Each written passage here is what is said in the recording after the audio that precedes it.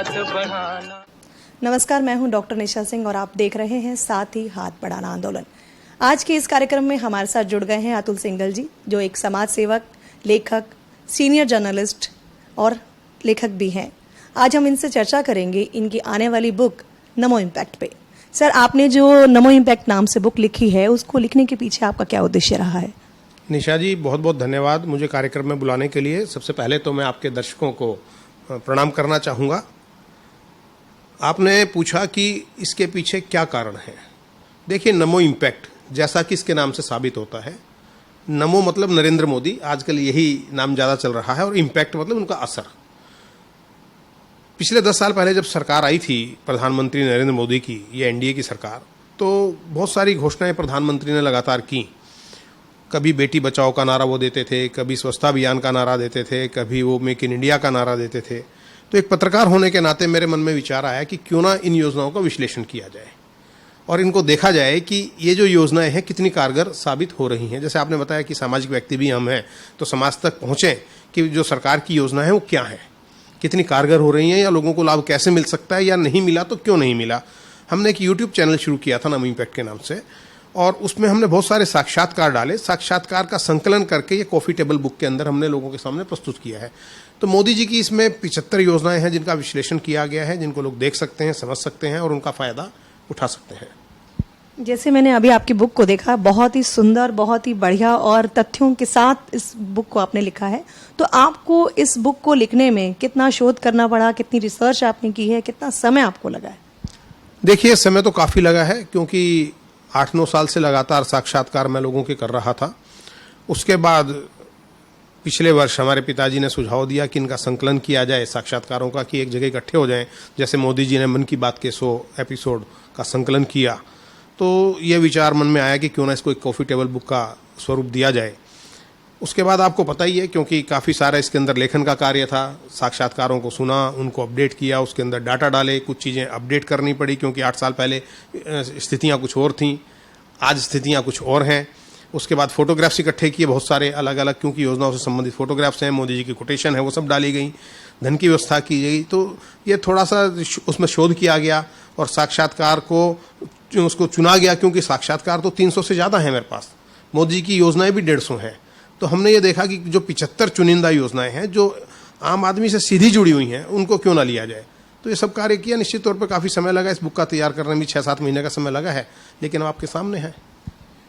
अतुल जी, एक मुझे ऐसा लगता है आज के ज़माने में, आज के समय में जो सबसे बड़ी चुनौती है कि हमारा युवा बुक पढ़ता नहीं है, उनका ज़्यादातर समय सोशल मीडिया पे ही निकलता है। तो आपको क्या लगता है कि क्या ये बुक उस चुनौती को पार करके युवाओं तक पहुँचेगी? देखिए, ये बात सही है आपकी कि युवा जो हैं आजकल सोशल मीडिया पे, व्हाट्सएप पे, फेसबुक पे, इस पे ज़्यादा रहते हैं। पढ़ने लिखने का जो चलन है वो कम हो रहा है। आप में और हम में भी ये जो ट्रेंड है वो देखने को मिल रहा है, और निश्चित तौर पर पढ़ना चाहिए। Knowledge is the power. जब पढ़ेंगे तो नॉलेज आएगी। और जो व्हाट्सएप यूनिवर्सिटी की बात करते हैं कि व्हाट्सएप पे जो सूचनाएं आती हैं वो अधकचरी सूचनाएं होती हैं। किताबों के अंदर जो चीज़ हम लोग डालते हैं, लिखी जाती हैं, जो लेखक लिखते हैं वो पूरे शोध के साथ लिखते हैं, जो उनकी ऑथेंटिसिटी वो ज़्यादा अच्छी है। आपके पास नॉलेज है तो आप कहीं तर्क वितर्क भी कर सकते हैं, जीवन में आगे भी बढ़ सकते हैं, आप एक अच्छा साक्षात्कार दे भी सकते हैं, साक्षात्कार ले भी सकते हैं। तो इसलिए पुस्तक तो निश्चित तौर पर पढ़नी चाहिए। पढ़ाने का हमें एक बार फिर से उस तरफ लौटना होगा, और सोशल मीडिया किसी भी तरीके से पुस्तकों का विकल्प नहीं हो सकती। एक चीज़ मैंने नोटिस की कि युवा सोशल मीडिया पे बिजी है। बुक आपने लिखी है, पढ़ेंगे कि नहीं पढ़ेंगे ये दुविधा है। लेकिन मेरा ये भी मानना है कि बहुत सारे ऐसे स्टूडेंट्स भी होते हैं, युवा साथी भी होते हैं, हम लोग भी हैं जो अच्छी बुक को पढ़ना चाहते हैं। लेकिन मैं इस बुक में क्या चीज़ अलग पाऊंगी कि इसे मैं पढूं और मुझे कुछ ऐसा लगे कि इसमें कुछ अलग है? देखिए, ये आपने बड़ा अच्छा सवाल किया। ये कॉफ़ी टेबल बुक है, और कॉफ़ी टेबल बुक के अंदर टेक्स्ट कम होता है। जैसे फ़ोटोज़ का काम ज़्यादा है। फ़ोटो आप देखेंगे तो, क्योंकि फ़ोटो अपने आप में खुद बोलती है, एक तो इसमें ये चीज़ है। दूसरा, कम पढ़ना है तो आप बुक को देखिएगा, और अगर आपको गहराई तक किसी विषय को समझना है, साक्षात्कार देखना है, क्यों विषय विशेषज्ञों से हमने बात की है, तो हमने हाईटेक, हमने भी इस बुक को बनाने के प्रयास किया है। इसमें QR कोड दिया गया हर पेज पे, हर साक्षात्कार का। आप उसको अपने मोबाइल से स्कैन कर सकते हैं, और स्कैन करने के बाद आप YouTube चैनल पे चले जाएंगे। तो पढ़ने से भी आपको झंझट से छुटकारा मिल गया और आप उसको सुन भी सकते हैं और देख भी सकते हैं, और उसमें ज्ञानवर्धन भी होगा, क्योंकि जो यूट्यूब चैनल के ऊपर जो हमारे साक्षात्कार हैं हमने उसमें नीचे टिकर भी दिए हैं, उसमें सब चीज़ें लिखी हैं कि कैसे उस योजनाओं का लाभ लेने के लिए कौन से विभाग से, कौन से मंत्रालय से आप अप्रोच कर सकते हैं। हमने उसमें खूब सारे ग्राफिक्स भी डाले हैं, तो पूरा का पूरा एक इलेक्ट्रॉनिक मीडिया का हमने इसमें इस्तेमाल किया है, तो आपको डबल इसमें मजा आएगा एक चीज़ में। तो मैं ये कह सकती हूँ अपने दर्शकों को कि ये ऐसी बुक है जिनको इन्होंने दोनों चीज़ों से जोड़ दिया है। यानी कि अगर आपका बुक पढ़ने का मन नहीं है तो आप स्कैन कीजिए और आप यूट्यूब पे पहुंच जाएंगे, आपको सारा डेटा वहां से मिल जाएगा। तो इस प्रकार हम ये कहेंगे अतुल जी, आपने नई टेक्नोलॉजी को और बुक को एक साथ जोड़ दिया है। तो मेरा एक और प्रश्न आपसे यहाँ एक बनता है कि बुक है, मार्केट में आने वाली है, बस ये बता दो हमारा इंतजार कब खत्म होगा? देखिए, ये बुक तो आपके हाथ में है, ये तो आ चुकी, नमो इम्पैक्ट। इसका नाम दिया राष्ट्र प्रथम, कि देश पहले। मोदी जी ने भी यही कहा, देश पहले। लेकिन अब दूसरी बुक मेरी मार्केट में आने वाली है जिसका नाम है नमो इम्पैक्ट वसुधैव कुटुंबकम। वो इंग्लिश में है, इंग्लिश में उसका टाइटल है नमो impact, one earth one family one future, जो G20 किया था। और वो जो किताब है इंग्लिश में है, जो लोग हिंदी नहीं समझते या कम पढ़ते हैं, उन साउथ इंडिया में खास तौर से उनके लिए है, और विदेशों में एक किताब जाएगी।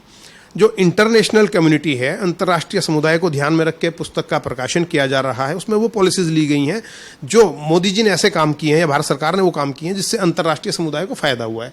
जैसे ग्रीन अर्थ के लिए क्या किया हमने, वर्ल्ड योगा डे दिया, योग का प्रमोट किया, स्पेस मिशन हमारा चल रहा है, सूर्ययान अभी छोड़ा गया, ऐसे ही चंद्रयान और तमाम हमारा वहाँ पे अंतरिक्ष में सूर्ययान जो है वो चक्कर काट रहा है। इसके अलावा हिंदुस्तान 5 ट्रिलियन इकोनॉमी बनने की तरफ जा रहा है।